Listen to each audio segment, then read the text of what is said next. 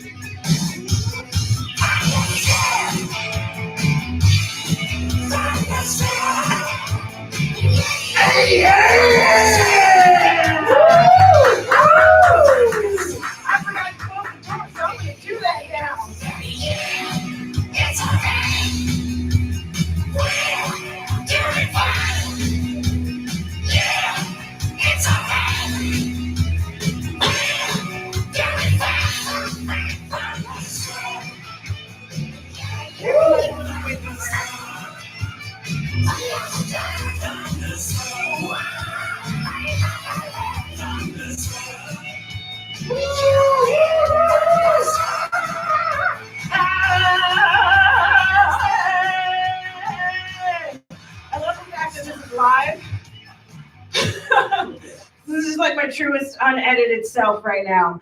This shit's beautiful. Yes! Give it up for yourselves, guys. I love this shit. I do. Oh, so this show is called Fight Stage Fright for a very important reason, because this shit is scary. No matter who you are, no matter what you're doing, this shit's terrifying, no? Yeah. Like my heart is beating so fast right now, mainly because I don't do jumping jacks. And that was a lot of exercise. Like, fuck, stairs are criminal.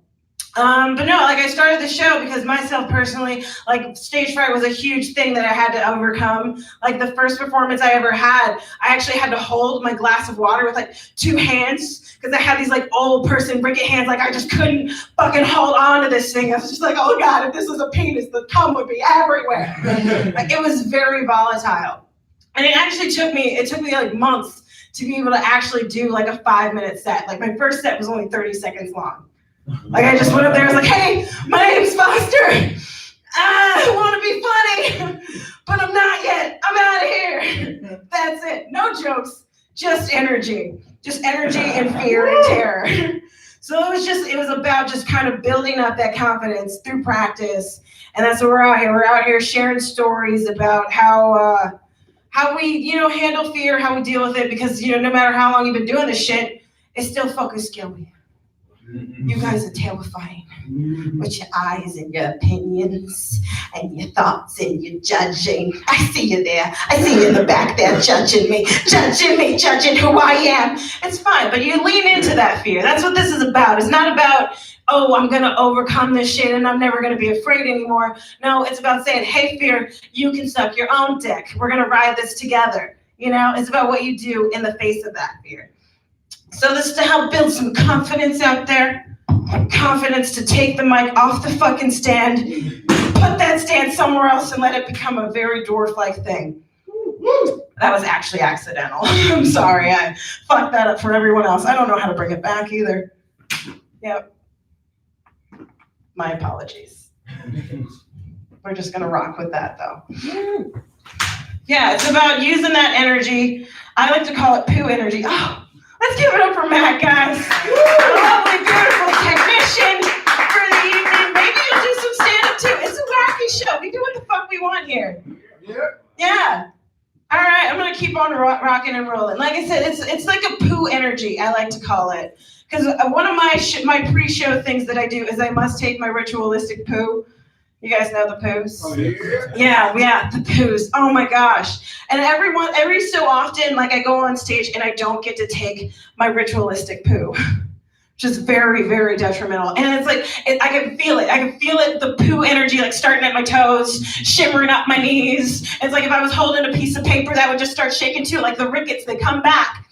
So it's like, I have to address that. Like me, I can't just like see my fear and just not address what's happening in my body. I feel like when I address what's happening to me, it takes the power back and saying like, okay, we've addressed the thing that's inside of me that I'm afraid about talking about. Now we can get past that and we can get on to what's important, which are the thoughts and the ideas that matter and which I want to communicate to you. So yeah, I often have to open up sets with, sorry guys, there's poo energy still inside of me. Either that or just like my ears are hot and my vagina's sweating. Just a place of truth to bond and unify the room. Yeah. So it's like, now that we are all equally uncomfortable, let's dive into this shit. So I don't know how much time I've actually eaten up with the sound of my voice, but I wanna introduce you guys to a lot of comedians who have been doing this shit for years. So they know this shit. Like you still have days, good days, bad days. You still have to attack the things in different ways. Everybody is different. So I want to give you guys a lot of different options and different tools to use when you're out here and you get skilled. So, with no further ado, I'm going to give you guys the amazing, the fucking belly throttling, hilarious Drexton Clown! Oh my God. Give it up for Foster, everybody. Give it up. Yeah. All right, let's just get right into it. Am I doing a set or am I talking about stage fright? Cool, awesome. Okay, so I always do the same thing on just when I'm getting ready to go on stage. I always like yell. I'm like, yeah! And like I hop on stage because I get afraid of like I get all of this nervous energy. Like weird thing is, especially on dates and stuff, women always ask me like, do you get nervous when you do comedy? Like do you get like nervous still? And I'm like, yeah, I get nervous every time. And every time that I'm like, oh no, I got this, I bomb. Has that happened with any other comics? Or I'm like, yeah, this is fine, I'm good. Boom, I'm gonna eat it for 10 minutes. Let's see what happens, you know? So I always yell when I get on stage, and I try to like eliminate as many factors as possible. I think there are 3 factors that go into having a great set. That is the audience paying attention to you. That is you giving your energy to the audience. And then number 3, and most important, your jokes are good, right? So I like to eliminate 2 of those things before I even get started. I always yell, so at least I know they're paying attention to me or I'm giving them energy. And the second thing I always do is I go, if you love your mama, if you love yourself, clap it up right now. And then that way, if you are not paying attention, you're like, I do love both of these things. I need to clap immediately. So now I've gotten rid of 2 factors for you to like care about me, you know? And then now I just gotta make sure the jokes are good, which 50% of the time, no. So, no, it's crazy. I will tell you about the time I had the biggest stage fright. Actually, 2 stories. Story number 1, when I was 21, Dad, if you're watching this, I'm sorry. When I was 21, I was commissioned $500 to do comedy at a swingers club. for their anniversary. Yes. The only thing about that was I had to do comedy naked. So if you're thinking like stage fright, like immediately you're like, oh man, like I picture everyone naked. No, we're all there. So we're all naked. And there's fuckery happening around me, and then there's fuckery upstairs, and then I'm doing comedy, right? So like, I come in, and I'm like, yeah, how are we doing? They're like, what are you doing? Like, I'm not doing this like a dick. And you're out here trying to yell in the middle of this swingers club. Calm that energy down, right? So now I'm on stage, and I'm telling jokes. I'm like, just doing a regular host shit. Who's fucking tonight? Like all the stuff where you're gonna get a clap. And I do my set, and these two women just staring me down the whole time, not even laughing, just staring me down. I'm like, oh my God, I'm bombing, because everyone else is kind of giggling and these two women are like hating me. And then they come up to me after my set and they're like, oh my God, you are so sexy. Can you come upstairs with us? I'm like, what's upstairs? Right? I'm 22, I've never been to a swingers club. Upstairs, there's 6 rooms with locks and doors. They take me in those? No. There's a California king-size bed in the middle of this loft, and they're like, let's have a fucking foursome. And guys, what I'm saying is sometimes stage fright can work for you. All right? Second time that stage fright did not work for me was I was 19 years old. I was doing comedy in Atlanta. There's this place called Uptown Comedy Corner. It's a place where you go to die. It's kind of, it's kind of like it's like what an old school comedy club would be like in New York City, where like you go there and you think like, oh, this is gonna be a great time. And you're like, no one comes here. Like Uptown was that, but they still held on to Def Jam beliefs. You know what I mean? So they could shake your keys at you. And hey, what's up, guys? Come on into the podcast recording. Hey, I love your suit. You look very like almost Seinfeld-y, but I love it. All right, so Uptown Comedy Corner, not only can they boo you, but it's not about whether or not the crowd likes you, it's about whether or not the DJ likes you. Because after people would get off stage, they would play, the DJ, if he hated you, would play you off with bad music, right? So you'd be like, imagine you had a great set in your mind. You're like, guys, wow, y'all been amazing. Have a wonderful night. All right, bye. And here, so you had a bad day. You take it like that is Uptown Comedy Corner, right? Like, imagine you do really bad. I've seen people do really bad where, like, they're going and people are shaking keys and like, no, you're bad. And he's like, you know what, guys? Like, you know what? Maybe today's just not my day. Have a good night. And he's like, let it go. Let it go. You're like, it's just bad. It's bad. So I'm 19 years old. First time at Uptown Comedy Corner. There's this lady there. She's my auntie now. We call her Dirty South. She's a very, very nice lady. I have to preface it with this. She came up to me. She's like, hey, baby, you look mad young. You look mad sexy. Would you like a drink? I said, of course. I don't know who you are, but thank you, right? But for context, she is a wide, short lady dressed in all camouflage and the Alicia Keys braids from the first album. Okay, so... So she's like, let me buy you a drink. So she buys me a drink. She passes me this drink. It's my first time really having a drink at a comedy club. I'm 19 and I'm getting really drunk and I haven't finished it. I'm like, what is in this drink? She goes, baby, liquor, liquor, liquor. And the color green. I was like, the color green is fucking me up right now. I do not know what to do. And so I'm getting fucked up. I'm like seeing double or whatever you feel like when you're young and drunk. And then I hear, coming to the stage next, I ain't never heard of this brother. Give it up for Dirkston Clermont. And I'm like, man, that's me. So I'm on stage and I'm doing jokes. And in my mind, I'm killing, but like that's in my mind because my body is doing this move right here. I don't know why my body is doing this move, but my knees are just going back and forth because I'm too drunk and maybe roofie. And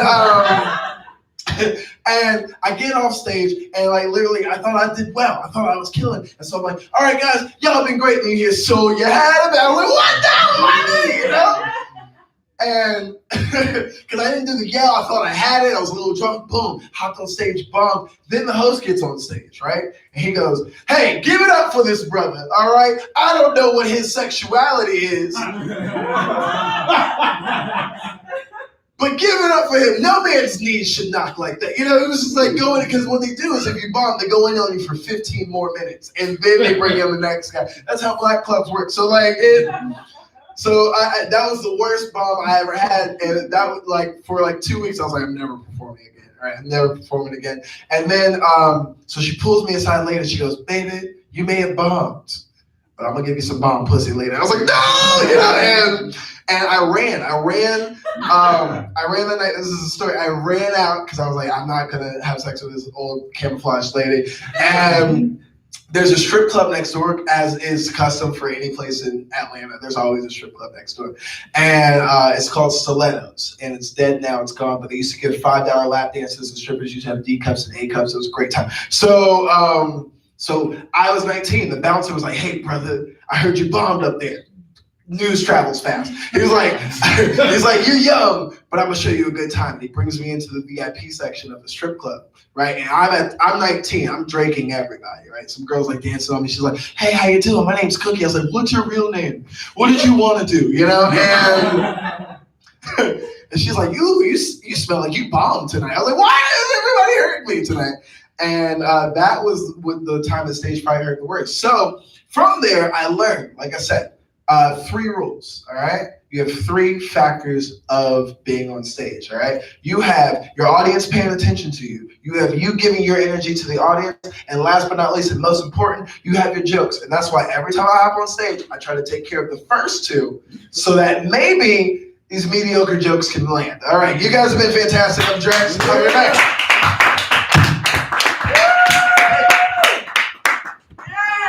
Keep it going for Jackson Clemens. Yes, right? Wow, I love that. I love that shit, man. We are learning so much tonight.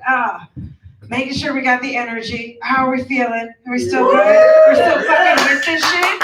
Yes! Claps, claps, claps, claps, claps, claps. Everybody! Fuck! We getting fucked tonight? Yes. You're lucky. You're so lucky. I'm gonna live vicariously through you. All right, so we're gonna keep this energy right on a pumping, that heart right on a rolling, all of those juices right on a knees and a knocking and flowing for this next fucking hilarious dude. Very, very amazing. So let's get those. Come on, put the fingers together. Yes, yes, for Grand Chopin.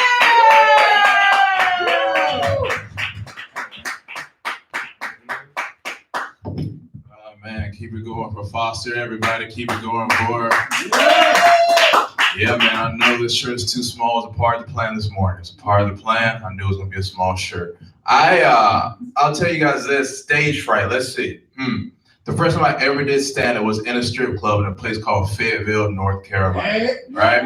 The name of the strip club was called Sharky's, right? Already a bad start for a strip club name, right? This is a little backstory. Like 5 years ago, Sharky's got shut down and raided because like cocaine and drugs and strip clubby things, right? That's what's supposed to happen in strip clubs, right? But when I was there, this was like, I don't know, maybe 2011, 2012, somewhere in that range, right? I was like, oh, they're gonna have a comedy show near the school I was at because I went to Fayetteville State. I was like, I'm gonna go to this strip club and do some comedy because I've never done jokes before, right? And not a great idea. The thing about stand-up is no one's there to tell you what to do when you start. Everybody's there like, oh brother, don't do that show, but they don't tell you how to start stand-up, right? So I show up to the place and I meet the strip club owner. I had never met a manager of a strip club before. It's weird, like 2 p.m., right? Going to a strip club. I was like, so there's a mic at 6 o'clock. He's like, yeah, man, if you do good enough, you'll be back here every week. I was like, I'm not stripping for you, nigga. Like, that's not my ministry. You know what I mean? Like, I'm just here to do these jokes later. And the thing is, like, I had no jokes, right? Like, I wrote stuff down. I think I had, as Foster said, I had about 30 seconds of material, right? What's very intimidating about doing stand-up when you don't have material is the black ladies. Like, if you've ever done stand-up in front of black ladies and you don't have jokes, you feel a fear you've never felt in your whole life, right? Keep in mind, my whole family is made up of black ladies, right? It's kind of like what we do, right? And I was there, the ladies, they were maybe like mid to late 40s, maybe early 50s. And at this point, I was probably 21, 22 years old and never done stand-up. I'm standing outside the strip club with the ladies, 4 hours had passed, right? And they were like, oh, are you here for the show? I was like, yeah, I'm here for the show. And I was like, wait, what show are you here for? Because it's nighttime now. Does that make sense, right? So we get there, and she's like, "Oh, are you a comic?" I was like, "Yeah." She's like, "Well, I hope you're funny." And I said, "Me too." And it was not a great thing to say as a comic. You should never say, "I hope I'm funny too." You should just know, right? So I get there, I'm on the stage. This is the stage, right? The stage is probably 5 feet off the ground. It's an actual strip stage, all right? It's an actual strip stage. It's all glass behind me, right? All glass going this way, all the way around that way. I got to watch myself bomb in 360 degrees. It was the roughest shit ever. Like my hands were shaking the whole time just like this. And the worst part about bombing that hard, and like I had stage fright, as Foster was saying, stage fright was really bad for me, right? Like I'm shaking on stage. I had like this red shirt, like these blue jeans. I still got the red shirt. It's my favorite bomb shirt. I keep it. I've always kept that shirt. Like this is the worst bomb and first bomb I've ever had. I'm gonna keep this shirt forever, right? So I had that shirt at home, but I'm on stage, I'm bombing, right? And at the strip club, for whatever reason, they served dinner at the show, right? It wasn't the strip show, this was a stand-up show that was really an open mic, right? So it's $20 to get into the strip club to watch comics who have never done stand-up for $20. And it's like 6 black ladies. And they're gonna finish that $20 steak.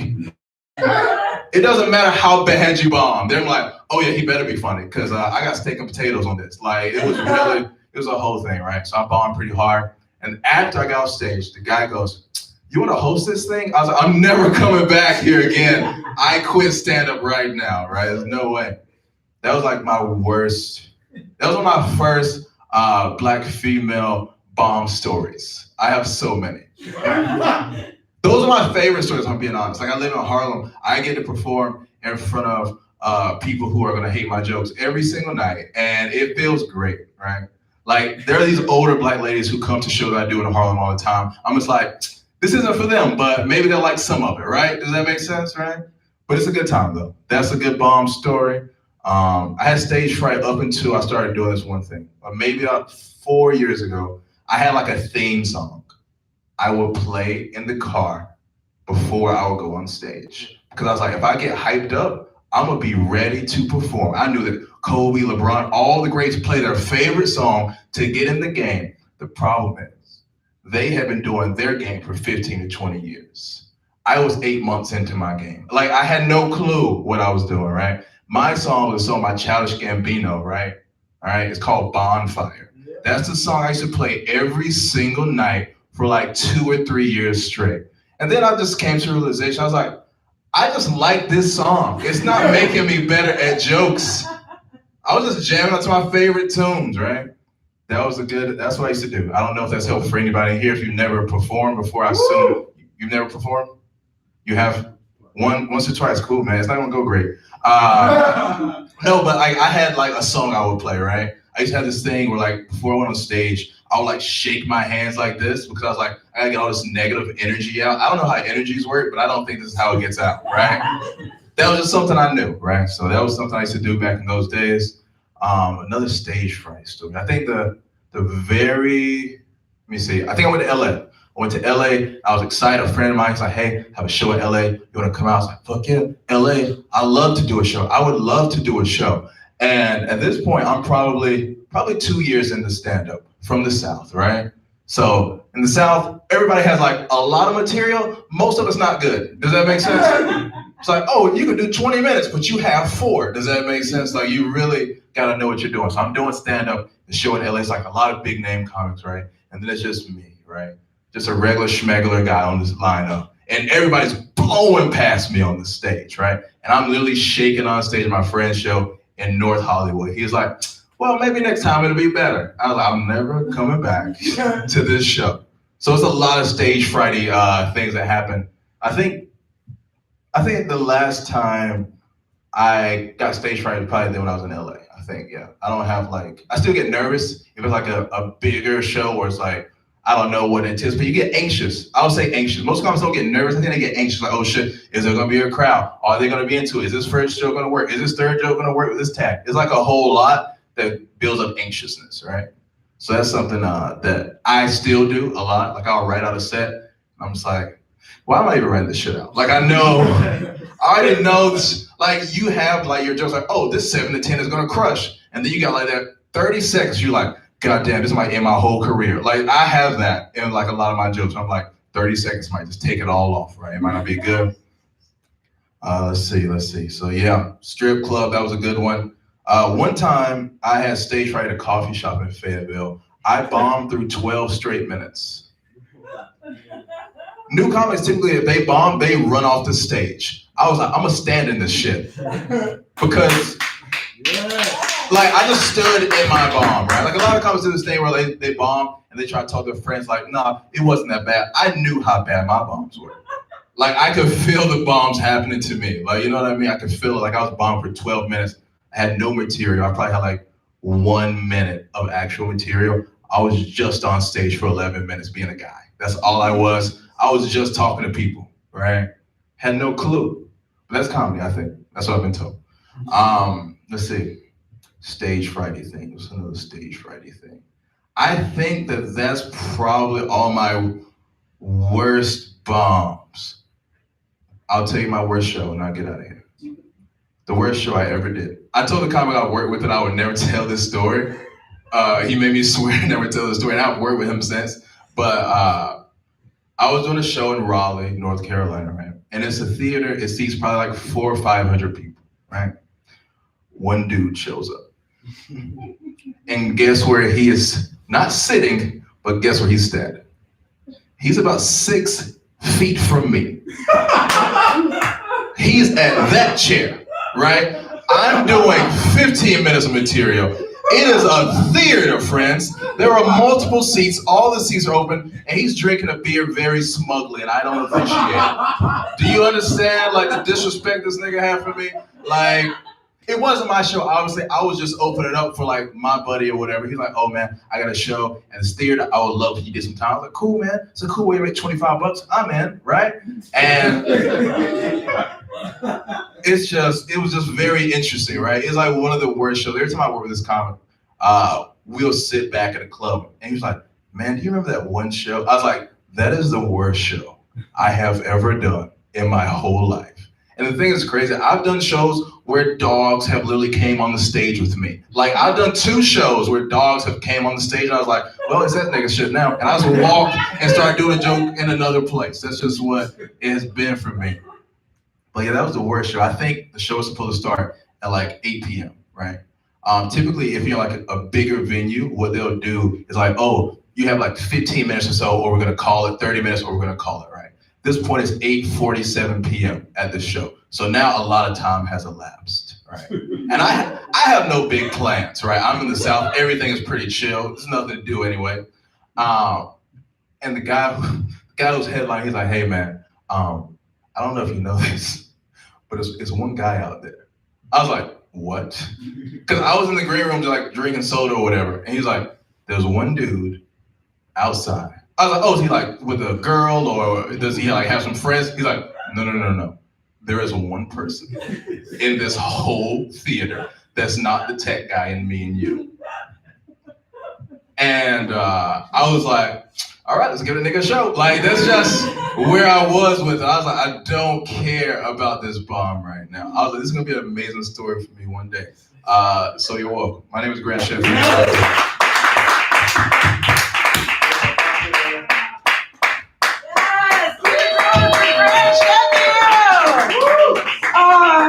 Him so much. I love all of these people, just like truly. And I feel like he loves me too, because he didn't even correct me when I fucked his name up, you know? I like totally said Schofield, and as soon as I said it, I was just like, fuck me, fuck. I love you, dude, I love you. Yes, Grant Sheffield, let's give it up again for him, man.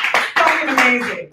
I also want to like revisit a couple of things that he said, because he talked a bit about energy, and I feel like how important that shit is. Because one of the tips that one of my stage performance teachers has taught me, like this is back when I had really, really bad stage fright. Her instructions for me was to like get the fuck off the stage and just do like run laps. Like she was just like, just run fucking laps, like just like fucking pound that fucking heart. Like just get all that shit out you. Get it out, get it out, get it out. Because energy is palpable. The energy that you bring to something matters so much. So getting yourself hyped up for something, like whatever you put into it, visualizing yourself crushing it, doing that shit, like it will manifest into that. Yes. Oh man. All right. So let's give it up for our possibly next to last performer. We'll see. Is there any brave souls out there who wants to try performing for the first time tonight? Because I like to open this up for new experiences. Anything else just pondering in your mind? But possibly our last, so possibly next to last. Let's give it up for a very, very hilarious man. So amazing. Oh my gosh, your guts are gonna chuckle so hard. All right, let's get those meat beaters popping back together for Jerry Buster!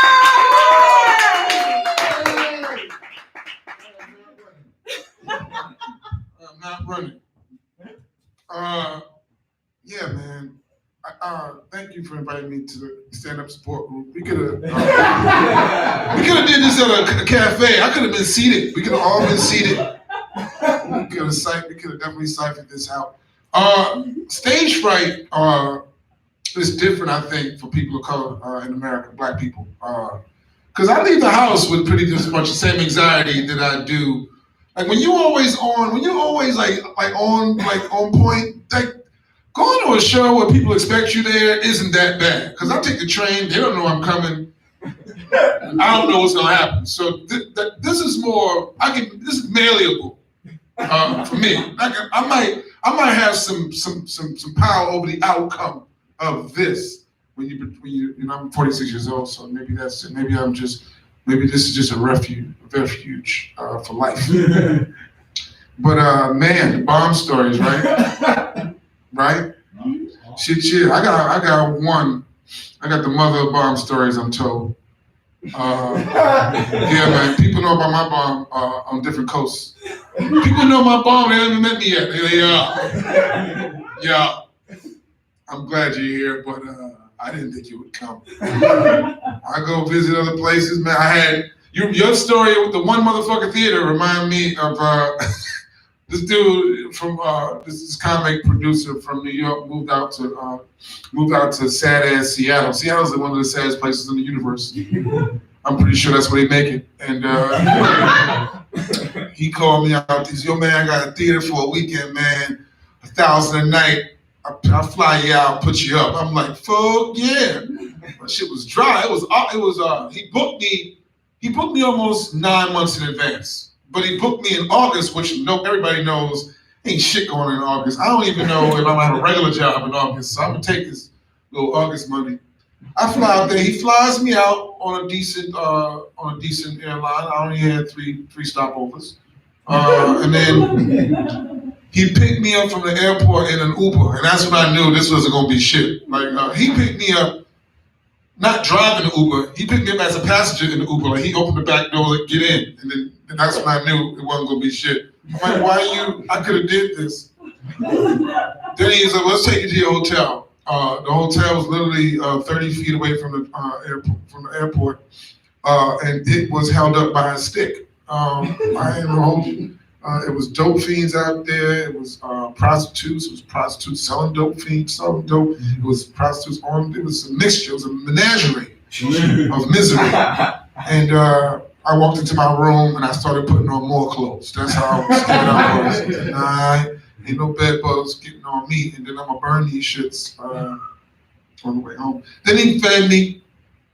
He took me to IHOP and he fed me pancakes. He wouldn't let me order anything else. I found that strange.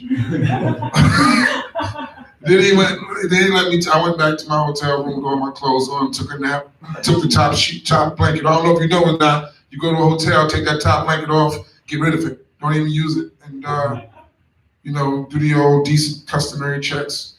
Then I dozed off finally, and then I headed down to the theater, which had 7 people in it, 45 minutes before showtime. Yeah, I'm big timing you. Yeah. So I'm like, walk up. This is a small town. Everybody knows the town. Everybody knows what's going on. These small towns, people tend to just show up at the last minute. That's my experience, these small town shows.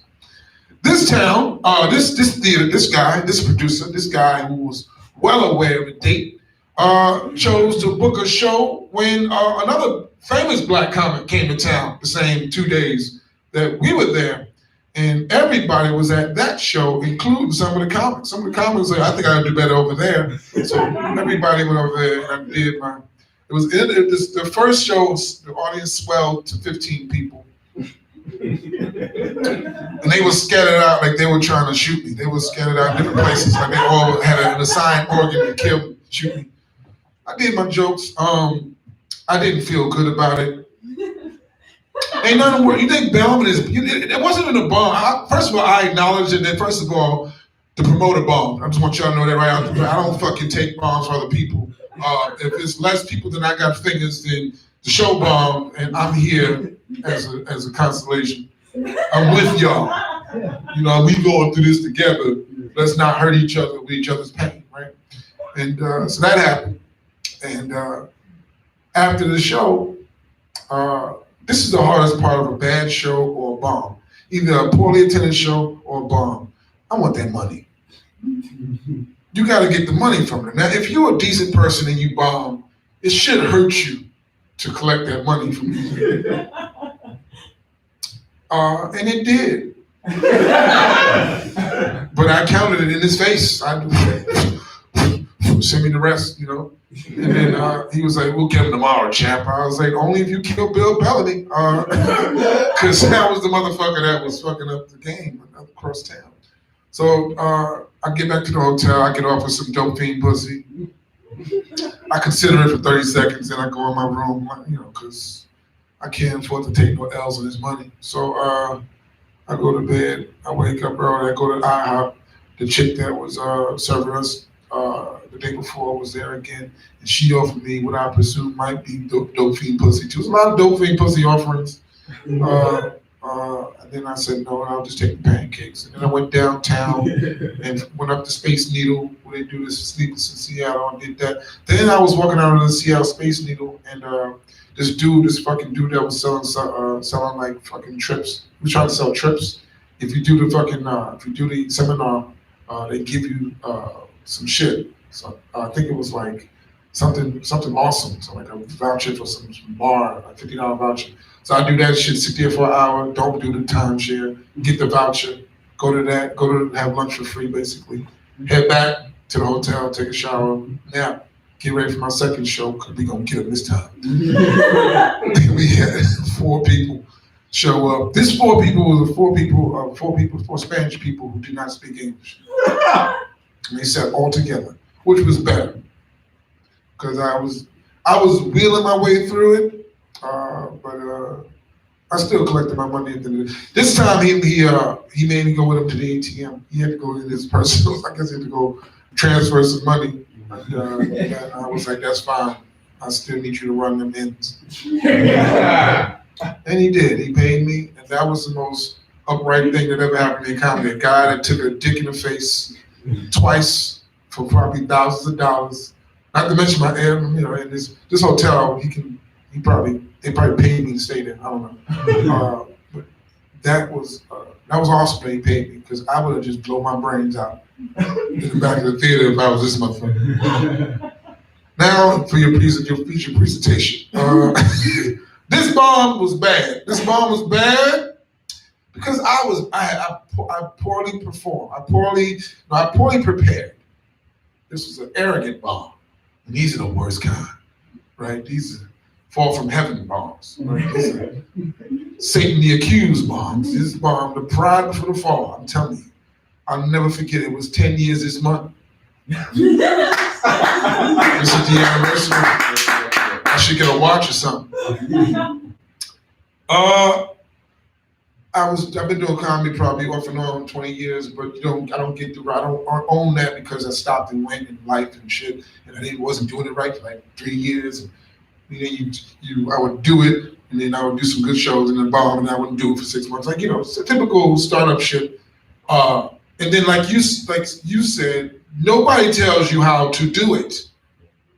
And nobody tells you that you're doing it wrong, because everybody's trying to get there. So we're talking about, it's more supportive now, no disrespect. It was less supportive then, because the BETs and the Def Jams, those comedians were all transitioning into the mainstream of the times. They were about that money. There was money out there to get there when I first started. But it wasn't a whole lot of mentorship, or a whole lot of details of craftsmanship. It was just go out there, slay the audience that hated you. You made them love you, and then you got on to the next show. That's how black comedy was back in the day. That's why y'all get some of the remnants of that shit now. If they in their 40s, they was living that shit in Def Jam. They were the ones that fucking booed people and threw chicken wings, all kind of shit. Now, I'm a witty guy, and I know the world. I know people, but I did not know how to write jokes. So I would get up there and I would feel my way through shit. Sometimes it go well, sometimes it go okay. All the time I thought I was doing well. I heard about this audition for Bill Bellamy's Who's Got Jokes on TV One. At the time, I had been doing comedy consistently for about a year and a half. I said, yeah, if I do this, it's gonna pop. The audition was in Philly. I took a bunch of me and my homeboys. We went down and we did the audition at the Lab House. They said, don't curse. They said, do your best 4 or 5 minutes. They said, do your best 3 minutes. They said, don't curse. They said, don't do this, don't do that. And everybody obeyed the rules and got up there and ate shit. But these are guys that normally cuss, grab their dicks, hump stools, whatever. I went up there, having seen them bomb with trying to be something they wasn't, decided I am going to call out things that happened in the show and in the room. And I did. I called out how raggedy Philly was. I shitted on Philly, and I shitted on the production value of the show. And then I did one joke. I'm like, fuck it, if I'm going to go down, we're going to go down with a good story. But I got a lot of, it was fun. I think everyone was relieved that somebody called what was happening in the room. You all know the rules. You call what's happening in the room. I instinctively did it. I didn't know to do it. And then I thought that was that. We all went home. We forgot. We chuckled on the way back. We razzed each other on the different bombs, the various bombs. And that was it. That was the end of that day. 2 weeks later, I get a call from LA. I get a call from LA. Can you fly out to Vegas to shoot the show? I said, who the fuck is this? I thought it was on my homeboy. We love your shit. We want you to come out and do your thing. We want to pay you $200. They still paying $200. I don't know what the fuck is going on with the $200 thing. But they're going to pay you $200, what they call it, a per diem.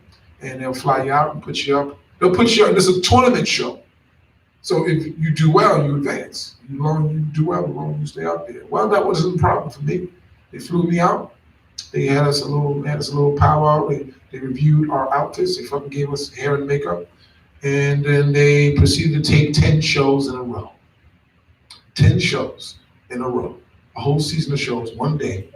A whole day, like 12 hours worth of shows. Same audience they paid $50 one time to.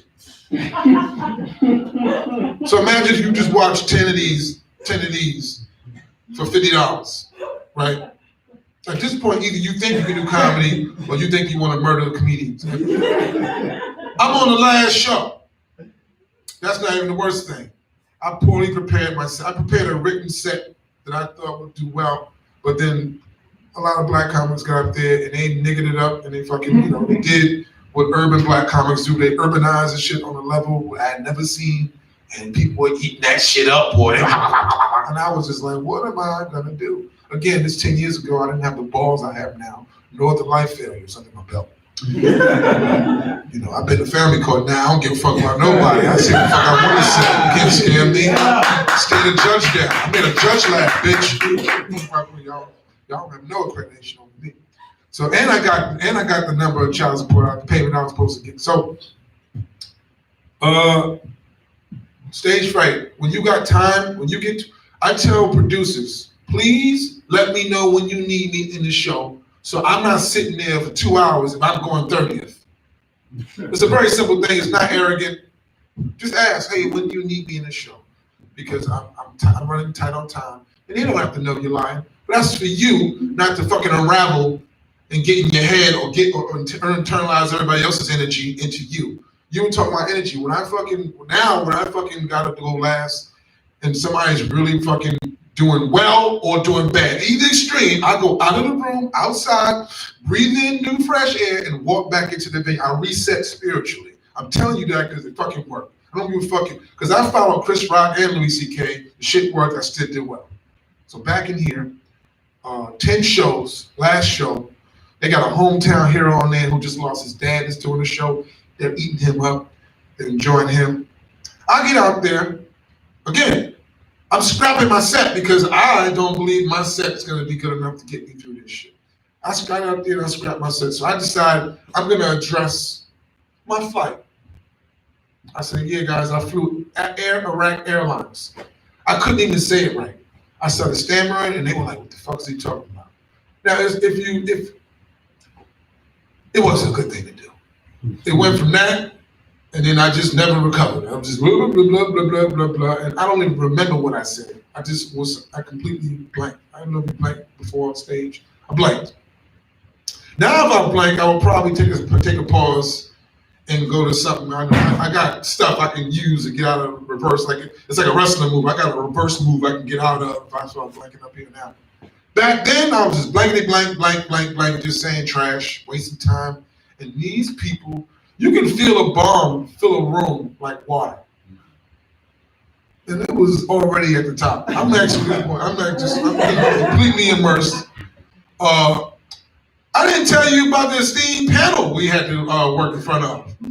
So Bill Bellamy is a famous comedian, everybody, you might know him. And then we had Tommy from Martin at the time, who was presiding over the show and some sort of dealer, because it was a Vegas themed show, who I've never seen do stand-up, by the way, but that's another story. I don't talk ill of the dead, but I've never seen a man do stand-up. He was there judging, then he had Ray J, Piggy Greer from the Steve Harvey Show, and this bitch, Levita from the Steve Harvey Show. I hate that bitch and I hate Ray J. I'll tell you why I don't hate the other one in the middle, Piggy Greer, in a second. I bomb my ass so up, then Bill Bellamy gets on there, rags me. They made me come back out for a second round. I bomb again. I'm still They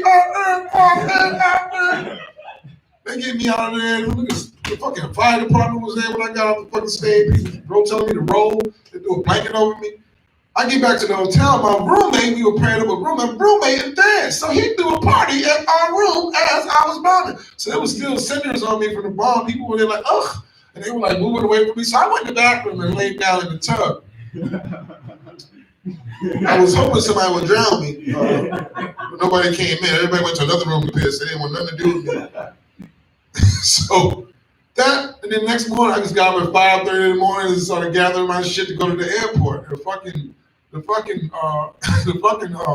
bus shuttle dude saw the show. He was like, I saw what happened last night. I ought to make you walk. I got on, I'm in the airport. I feel terrible. And I hear Dave Lester. I'm like, who the fuck? This is Vegas. Who the fuck know me out here? And it was Piggy Greer. Her name is Wendy Raquel Robinson, actually.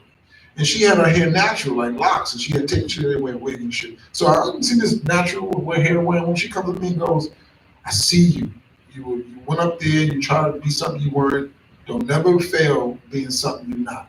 And she said, I'm gonna see you around. No, I'm gonna see you again. And she fucking got on the airport. She kissed me too, real close to my mouth. She reinvigorated me back in the stand. I haven't been to see you doing stand-up. And I went home and niggas met me at the airport. Boo!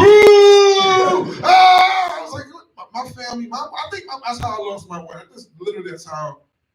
That's how my divorce started. My wife was at the time. My wife was like, why would you? Like, she never finished a question, by the way. She just, who? I was like, and she was like, you can't win. She sounded like Adrian and Rocky when he fought Drago. And I believe if she had divorced me before I had those kind of jokes, I'd have been tough enough to be ready for it. But that was the worst bomb.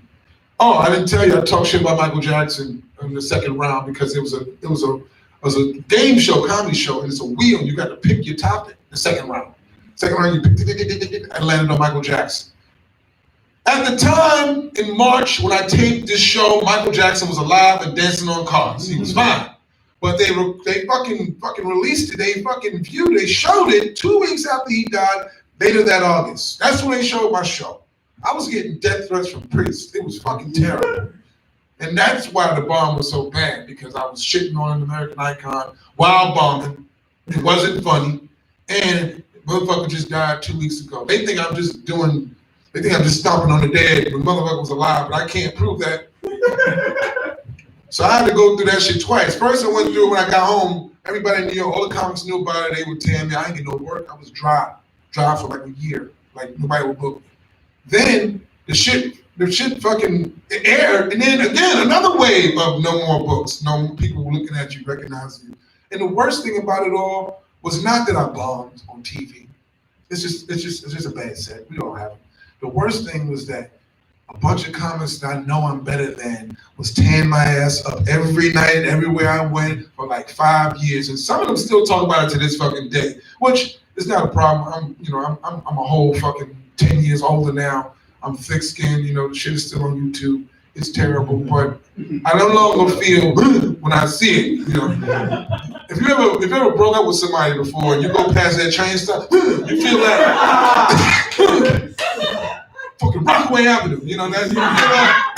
Fuck the C train. Every time you go by, you get a little. When I see it, oh yeah, that happened. I don't feel that no more, which means I moved on. But it was terrible. Even now, I have trouble booking. I haven't been on TV since. I've been on some other stuff, but I feel like I'm due. I'm definitely due. I'm confident, but it was bad because of the nature of the timing and being unprepared. And that's the worst kind of bomb. Like arrogant, unprepared bomb. Those are the worst because you got nobody to blame but yourself. So sorry that it ended on a high note, but that's how it went. Sorry,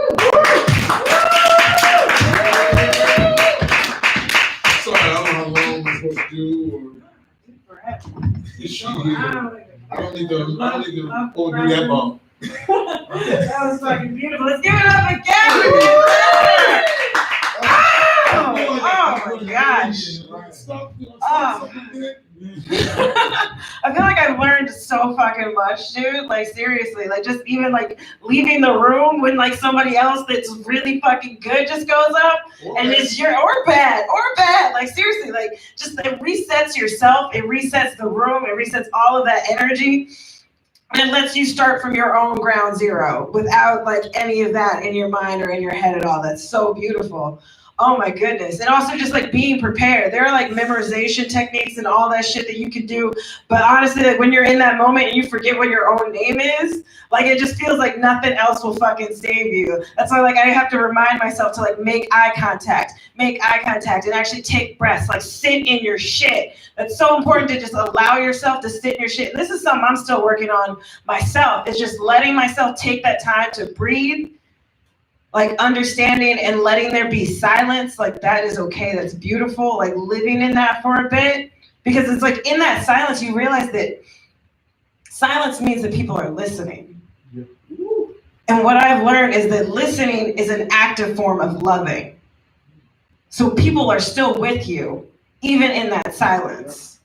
So I'd like to open the floor up to anybody who wants to give a chance of just coming up here on stage, saying whatever you want. It doesn't have to be long. Honestly, it could be 30 seconds and then you can get the fuck out of here. And I'll even give you like something, if you want to just talk about something that you taken away. Words are hard. They're very difficult. So if you want to talk about anything that like hit you tonight, or share anything, just even say your name and then run back up into the streets. Is there anybody out there who wants to do that? If not, it's totally fine. It's totally cool. Like I'm not this isn't peer pressure. All right, yes, bring it back. Oh, yes. Oh, Grand Sheffield. Yeah, here I am again. Shout out to Dave Lester. What the fuck are we? Shout out to Dave Lester. Give it up for that man. Like, I'm in the back taking mental notes. Like, all right, make sure you don't say this shit. Like, that was so much flames. Like, you just taught a whole class on stand-up. Like, verbatim. Like, I know you run your shit in Brooklyn. Like, everybody loves you in Brooklyn. But like, that was everything, bro. Like, don't take that for granted. Because like, that's dope. For me in the back, I'm just like, all right, cool. I got this. All right, cool. Don't do this. Like, you're giving people the blueprint in a place where most people don't share secrets, right? That's where I'm at now with it now. I really am. You guys are getting it quicker, which is good. That's how. Yeah. Yeah, man, that was dope. Drex, me and Drex are young niggas, so like we just trying to, we trying to move and shake. We don't have like any big affiliations to people. We're not married, you know. We don't have any children. Not divorced yet, but we're working on it, right? Hey, you know what I mean? I'm just trying to destroy somebody's life. That's really where I'm at right now. I'm trying to leave a few more scars before I end it all, you know? Getting married is what I mean. So yeah, that's where I'm at. This is cool, man. I enjoy the fuck out of this. That shit about loving and listening, I almost cried back there, girl. Yo, seriously. Didn't that hit you in a way? I was like, damn. Bruh, I'm gonna be at work tomorrow with the kids. I'm like, make sure you're listening. That's how I know you're loving me. I'm gonna fuck my kids up. I teach 7th grade. I didn't okay. So people are like, what? I teach 7th grade, so that's what that is. Okay, no problem. But yeah, that was dope. So thanks again for having me on the show.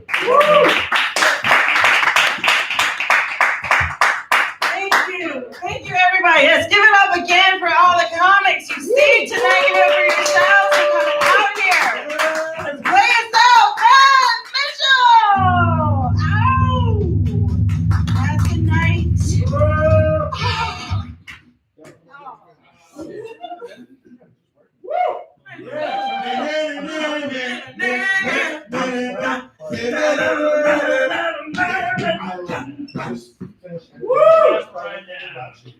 And the stuff I'm working on now is like so And then it's like, you resent what you did. I was holding on to it for years. I love this fucking music. Upgraded. All right. Well, That's I mean, right. like, It's the a show. thing about it is more is in these things. There was no point. There's like, these are all of these bits.